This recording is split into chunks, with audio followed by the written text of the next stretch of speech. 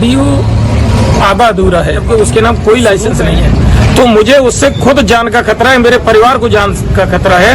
वो अपराधी है, कहीं मेरे उसके खिलाफ देशद्रोह का मुकदमा होना चाहिए। जो यशस्वी मुख्यमंत्री जी जिन्हें खतरा है कि करेल की जमानत जब्त होगी समाजवादी पार्टी की, नहीं तो और भारतीय जनता पार्टी मेरे ऊपर पूरा विश्वास करेगी। मैं कुछ जा रहा हूँ, हमारे ऊपर मुकदमा दर्ज हुआ था, उसमें हमें सीजीएम कोर्ट से जमानत मिली।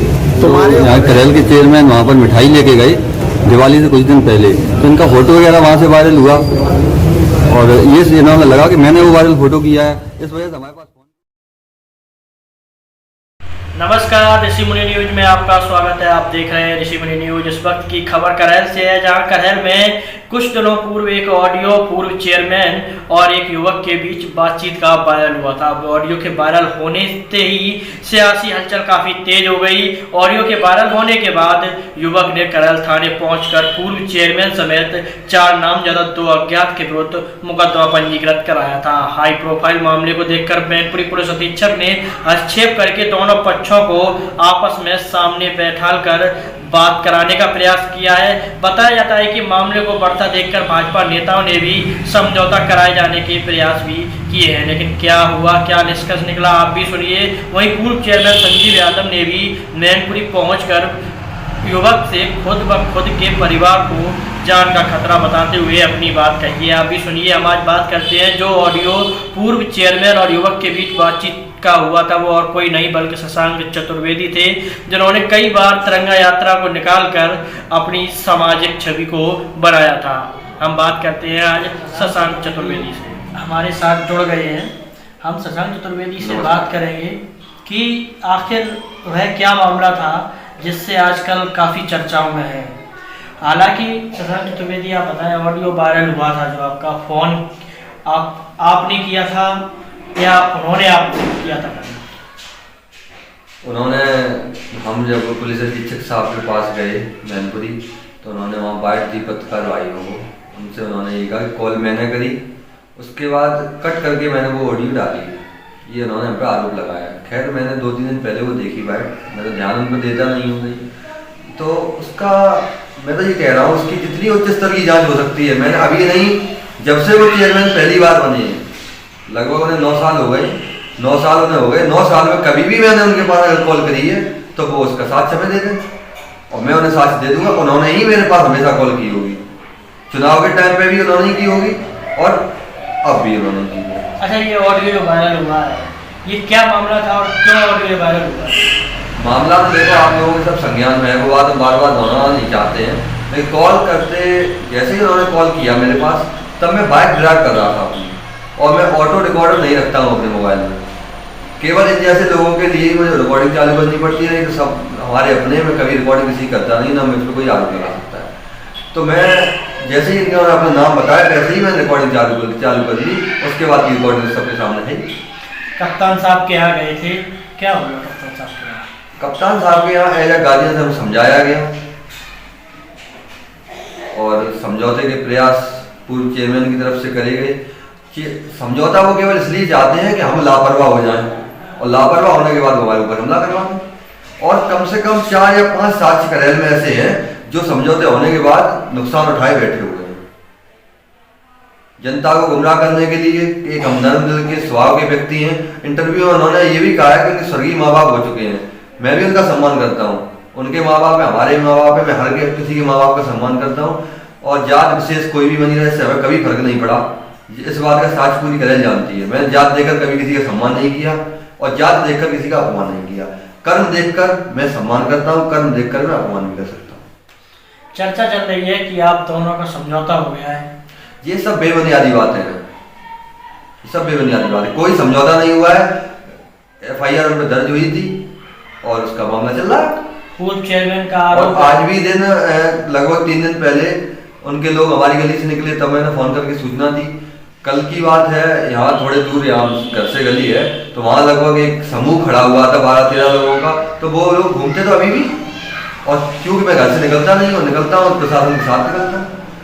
अभी भी लगता है कि वो अभी भी मुझे जान का खतरा है उनसे, पूरा अभी भी जान का खतरा है। आप करेल में जाके जानकारी लीजिए, आपको 4 या 5 उदाहरण ऐसे मिल जाएंगे जिनके साथ उन्होंने मारपीट करी। पूर्व चेयरमैन का आरोप है कि ऑडियो जो वायरल हुआ है वह एक राजनीतिक साजिश से टिकट कटवाने के भी प्रयास किए जा रहे हैं। वो पार्टी विशेष से इस मामले को जोड़ने का प्रयास कर रहे हैं, क्योंकि ब्राह्मणों की आज तक राष्ट्रीय अध्यक्ष माननीय अखिलेश यादव की में जा चुकी है और मैं भी समाजवादी पार्टी का छोटा सा सिपाही हूँ, कोई मैं बड़ा नेता नहीं हूँ। और मेरे हिसाब से अगर टिकट बनती है और कटती है तो मेरा बहुत सम्मान करना चाहिए। अगर मेरे हिसाब से टिकट बन रही है और आ रही है और जा रही है तो हमारा सम्मान करना चाहिए था। उन्हें हमसे जान का खतरा है, ये भी बात उन्होंने स्टोरी में कही है, तो उन्हें हमसे फोन करके पूछना ही नहीं चाहिए था। और शब्दों का तस्तरी के जैसे दो पहलू होते हैं, शब्दों के दो पहलू होते हैं, उनका उसमें किस तरीके का संबोधन है कि कहाँ है कहाँ है कहाँ है, इस तरीके का वो शब्द मैं नहीं दोहरा सकता हूँ। सोशल मीडिया पर आपके भी इतने फॉलोअर्स हैं और फिर भी जो है कई बार आप तिरंगा यात्रा निकाल चुके हैं, कई बार ऐसे सामाजिक कार्य कर चुके हैं जिनसे आप एक सराहनीय पहल है। हम चाहते हैं ये विवाद की जड़ क्या है? यही वजह है सब, यही वजह है लोकप्रिय उनके होना वजह है तिरंगा यात्रा निकालना। युवाओं से उनकी केवल रिश्तेदारी इतनी है, पूरे नगर के युवाओं से इतनी रिश्तेदारी केवल है, मैं बताना चाहता हूँ आपके माध्यम से हर युवा को, उनकी रिश्तेदारी केवल इतनी है कि मौन रहो या शांत रहो तो बेहतर है, और साथ अगर उनके रहो तो आभारी हैं आपके, और साथ अगर आप नहीं है तो आपका ऐसे ही संबोधन कहीं ना कहीं वो कर देंगे। पूर्व आने वाले समय में आप देख लेना और भी लोगों के साथ ऐसा होगा। पूर्व चेयरमैन का कहना है कि उनको आपसे खतरा है और वहीं आप भी कह रहे हैं कि आपको उनसे खतरा है। उन्हें अगर हमसे खतरा है तो वो 4 या 5 दिन बाद ये बात मीडिया को क्यों बता देंगे? उन्होंने तुरंत क्यों नहीं सूचना दी करें थाने में?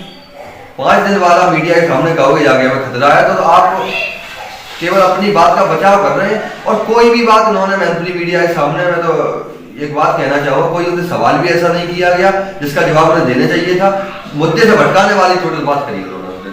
और मैं आपके माध्यम से एक बात और बताना चाह रहा हूँ, उन्हें अगर हमसे, फिर मैं कह रहा हूँ, उन्हें अगर हमसे जान का खतरा है तो मैं क्यों प्रशासन के पास बार बार फोन कर रहा हूँ? मैं क्यों FIR देने गया? मैं क्यों वहाँ मैनपुरी गया? हमें क्या जरूरत थी? हम क्यों तहरीर देने गए थे? उन्हें हमसे खतरा है ये बात 5 दिन बाद पता लगी, पहले दिन नहीं पता था उन्हें। जिस दिन प्रकट हुआ वो उस दिन जाते हो बताते जाके हमें हमसे खतरा। इससे पहले भी आपका कोई विवाद हुआ उनसे? लगभग 6 या 8 महीने पहले यहाँ रामलीला क्रिकेट ग्राउंड है मैनपुरी रोड पे, तो यहाँ मैं क्रिकेट खेल रहा था। क्रिकेट खेल के सब लोग चले गए थे, मैं अपना खड़ा था और मैं अकेला ही खड़ा था, मैं बात कर रहा था कौन सी। अचानक किसी कॉल आ गई थी तो इनके साथ के 3 लोग आए हमारे पास, आके बोले कि लो बात करो चेयरमैन साहब से। हम क्या बात करें, हमें बताओ, पहले बताओ। तो बताया कि चलो, ये बोले चलो बुला रहे हैं। मैं तो नहीं जाऊँगा क्योंकि घर बुला के भी लोगों के साथ मारपीट कर देते हैं, तो मैंने मना कर दिया जाने के लिए। तो उनसे बातचीत हुई, क्योंकि वो फोन मेरा नहीं था, मैं उसी दिन इनकी ऑडियो सुना देता जाके प्रशासन को। जो व्यक्ति आया था उसने अपने फोन से बात करवाई मेरी, और इन्होंने बहुत ही अभद्र भाचाल तरीके से बहुत बदतमीजी से हमसे बात उसी दिन भी करी थी। और उस दिन चूंकि मैं चुप हो गया, मैं कुछ बोला नहीं, इसलिए मैं कोई खतरा नहीं था। और इस बात इन्होंने हमसे कहा तो मैंने रिप्लाई दी, इसलिए मैं खतरा है। ये व्यक्ति अपनी दबंग छवि बनाने के प्रयास में केवल है। इन्हें टिकट मिले या ना मिले हमें तो कोई फर्क ही नहीं पड़ता, समाजवादी पार्टी कोई फर्क नहीं पड़ता इनके टिकट मिल रहा है या ना मिल रहा है। इनके पास जनाधार कहाँ है? इनके पास नगर में जनाधार नहीं है, और नगर में अगर जनाधार है सर्वे करके आप देख लें, आप तो जाइए, आप पता कर लीजिए कितना जनाधार है। इनकी क्रिमिनल हिस्ट्री क्या है? इनकी क्रिमिनल हिस्ट्री के बारे में खैर उनके बड़े पुत्र की उम्र भी हमसे 4 या 5 साल ज्यादा होगी, क्योंकि वो बताते हैं 51 साल, लगभग 54 या 55 साल की उम्र होगी। इससे पहले इन्होंने, हमें तो लोग मिलते रहते हैं, कहाँ इन्होंने नोट बेचे नकली, फिर कहाँ जाके लोगों की छतों पर 15-15 रातें काटी हैं। उसके बाद शराब का व्यापार इन्होंने किया। ये सब बातें हम नहीं कह रहे, जनता कहती है, या जनता में जाके पूछी। तो सुना आपने, ये शशांक चतुर्वेदी थे जिन्होंने अपनी जो बात रखी है बहुत मजबूती से रखी है। आइए आप ऐसे ही खबरों को देखने के लिए हमारे चैनल को सब्सक्राइब करना ना भूलिए। जान के खतरे को लेके आप क्या कहना चाहेंगे? सुरक्षा व्यवस्था के लिए क्या कहना चाहेंगे? अपनी सुरक्षा व्यवस्था के लिए, उनकी सुरक्षा व्यवस्था के लिए। आप अपनी व्यवस्था के लिए? हमारी सुरक्षा व्यवस्था कोई नहीं है, हमारे पास ना कोई लाइसेंस है, ना हमारा परिवार इतना बड़ा है। और जो लोग सुरक्षा के नजरिए से बात कर रहे हैं हमसे उन्हें जान का खतरा है, वो 4-4 असले वैध, 4-4 असले अवैध और क्रिमिनल हिस्ट्री के लोगों के साथ 2-2 गाड़ियां भरकर घूमते हैं। उन्हें हमसे क्या खतरा हो सकता है? ये बात जनता जानती है, करेल की जनता बेवकूफ़ नहीं है। अच्छा, उच्च अधिकारियों को और प्रशासनिक अधिकारियों के साथ साथ उच्च लेवल पे आप क्या मांग रखना चाहेंगे आप? मांग मैंने जो रखी, हमारी मांग पूरी करी गई थी। जहाँ तक एक छोटे से व्यक्ति की मांग जितनी पूरी करी, उन्होंने हमारा मुकदमा दर्ज किया। और मैं एक आपके माध्यम से एक बात कहना चाहता हूँ, जिले का नेतृत्व एक ईमानदार पुलिस अधीक्षक के हाथों में है। करेल थाने का नेतृत्व ईमानदार थाना अध्यक्ष के हाथों में, इसलिए हमारी बात सुन ली गई, नहीं तो ये तो सत्ता में है। साहब, एक आपका लेकर एक ऑडियो वायरल हो रहा है, उसमें गाली गलौज हो रही है, ओकटॉक हो रही है, क्या मामला है और किस मुद्दे को लेकर गाली गलौज हो रही है? ऑडियो आधा अधूरा है। शुरू में उसने जब मुझे फ़ोन किया तो मैंने कहा कि मैं संजीव यादव चेयरमैन बोल रहा हूँ। तो बोला तुम्हारी तो मैं शब्द वो दोहरा नहीं सकता, चूँकि मेरे माँ और बाप दोनों ही लोग स्वर्गवासी हो चुके हैं। बोले साइनिंग इंडिया टीवी पे जो तूने बयान दिया है, तेरे तो जान से ही तुम्हें तो मरना पड़ेगा। उसके बाद मैंने उससे कहा तू वही शशांक चतुर्वेदी बोल रहा है जो माननीय मुख्यमंत्री जी के बारे में और जिलाध्यक्ष जी के बारे में तूने उल जलूल बोला है? तो बोले हाँ मैं वही बोल रहा हूँ। तो मैंने कहा तू है कहाँ? मैंने इतना कहा, मान्यवर पत्रकार बंधु आप उसे जरा सुनो, गालियां उसने मुझे धारा प्रवाह दी है, मैंने उसे गालियां नहीं दी, ना मेरे ऐसे स्वभाव में है। बहुत बहुत धन्यवाद। आ गया, एक वीडियो भी आया उसका। अब वीडियो भी वायरल हुआ, उसमें मुख्यमंत्री योगी आदित्यनाथ को गाली दी गई है। मेरे ही अपने बड़े भाई संजय चौहान साहब ने जो बयान दिया है उसी में मेरी लाइन है, उसके खिलाफ देशद्रोह का मुकदमा होना चाहिए। जो यशस्वी मुख्यमंत्री जी, हमारे जिले के जिलाध्यक्ष और ढेर सारे साक्ष्य उसके मेरे पास हैं। 3 से 7 के लगभग उस पर 4 मुकदमे हैं करेल थाने में। वो तो अपराधी प्रवृत्ति का है। एक उसका मेरे पास अभी वीडियो है जिसमें वो पिस्टल लिए बैठा हुआ है, जबकि उसके नाम कोई लाइसेंस नहीं है। तो मुझे उससे खुद जान का खतरा है, मेरे परिवार को जान का खतरा है। वो अपराधी है कहीं मेरे करेल थाने में, वो तो अपराधी प्रवृत्ति का है। एक उसका मेरे पास अभी वीडियो है जिसमें वो पिस्टल लिए बैठा हुआ है, जबकि उसके नाम कोई लाइसेंस नहीं है। तो मुझे उससे खुद जान का खतरा है, मेरे परिवार को जान का खतरा है। वो अपराधी है कहीं मेरे साथ, अगर मेरे परिवार पे कोई भी हादसा होता है तो उसका पूरा जिम्मेदार वो और एक विशेष पार्टी जो यहाँ अपने आप को प्रतिद्वंदी हमसे मानते हैं। हम सैफई के बिल्कुल बगल में रहते हैं, उनकी सैफई ये सब कुछ हो रहा है। ये पूरा मामला चला कैसे? ये साइनिंग इंडिया टीवी पे जो मैंने बयान दिया है उसकी वजह से सब कुछ नहीं बता रहे कि एक आप प्रोफेसर साहब को आप कोई दिवाली की शुभकामनाएं देने गए हो तो मिठाई वगैरह फेंक दी होगी उन्होंने, उसने फोटो वायरल कर दिया, उसको लेकर ये मामला बढ़ा, क्या ये सही बात है? अगर वो फोटो, पहले तो मैं ये बता दूं, दीपावली के दोनों दिन मैं मेरठ में था। मैं श्री करमवीर जी भाई साहब से मिलने गया था, मैं वहां मेरठ में था। अगर कोई ये साबित भी कर दे कि सैफई की सीमा दुमीला पे मुझे देखा है तो मैं सार्वजनिक जीवन जीऊंगा, राजनीति से संन्यास ले लूंगा। ये दुष्प्रचार सिर्फ वही लोग कर रहे हैं जिन्हें खतरा है कि करेल की जमानत जब्त होगी समाजवादी पार्टी की, नहीं तो और भारतीय जनता पार्टी मेरे ऊपर पूरा विश्वास कर रही है। तो शशांक चतुर्वेदी इतना बड़ा नेता थोड़ी है जो आपकी जमा वो करा ले। सवाल नेता का नहीं है, शशांक चतुर्वेदी को तो मोहरा बनाया गया है, उसके पीछे कोई और लोग है। शशांक चतुर्वेदी अभी आपका फर्दर क्या कार्रवाई है, आप क्या कर रहे हैं? मैं कप्तान साहब से मिलने जा रहा हूँ। वीडियो आपका वायरल होगा जो आपको गाली देते हुए। ये मुकदमा लगभग हमारे ऊपर लगभग वीडियो वायरल हुआ था हमारा, जब हम बालिक भी नहीं थे। आईडी नीचे कर भैया जरा। तब बालिक भी मैं नहीं था। उसके बाद ये मुकदमा हमारे ऊपर दर्ज हुआ था, वो माननीय न्यायालय में चल रहा है मामला। कब का है ये वीडियो? ये लगभग 4-4.5 साल पहले का है। एक शशांक तुम्हारे ऊपर आरोप लगा, तुमने माननीय मुख्यमंत्री योगी आदित्यनाथ को गाली दी, आप शब्दों का इस्तेमाल किया, क्यों दी गाली और क्या मामला था? मैं उस समय बालिक भी नहीं था, हमें भड़काने के लिए और हमें भड़का के लोगों ने कहलवा दिया। मैं बालिक भी नहीं था, मैं छोटा था उस समय। कब की बात है?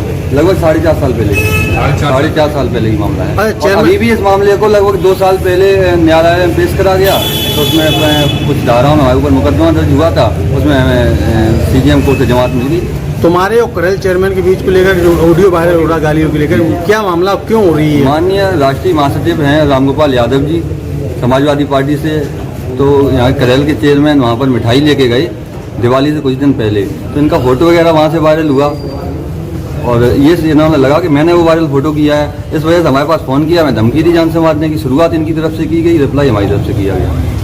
मेरे बाप को मारने की धमकी दी गई। उसमें इनके साथ का एक रिंकू यादव एलादपुर का, उसने ये भी कहा कि अपनी सहमी उठा लो और इनके बाप को मारेंगे चल के, अगर ये नहीं मिलेगा तो। वो भी रिकॉर्डिंग हमने कप्तान साहब को और साहब को दे दी है। अब आगे क्या कार्रवाई कर रहे हैं? हमें उनसे जान का खतरा है लगातार। अभी भी थाने में तो ये कह देते हैं हमें कोई मतलब नहीं है, लेकिन हमारी गली में पर डे का आना जाना है। पुलिस हटती है, इनकी मोटरसाइकिल गाड़ी आ जाती है रोज।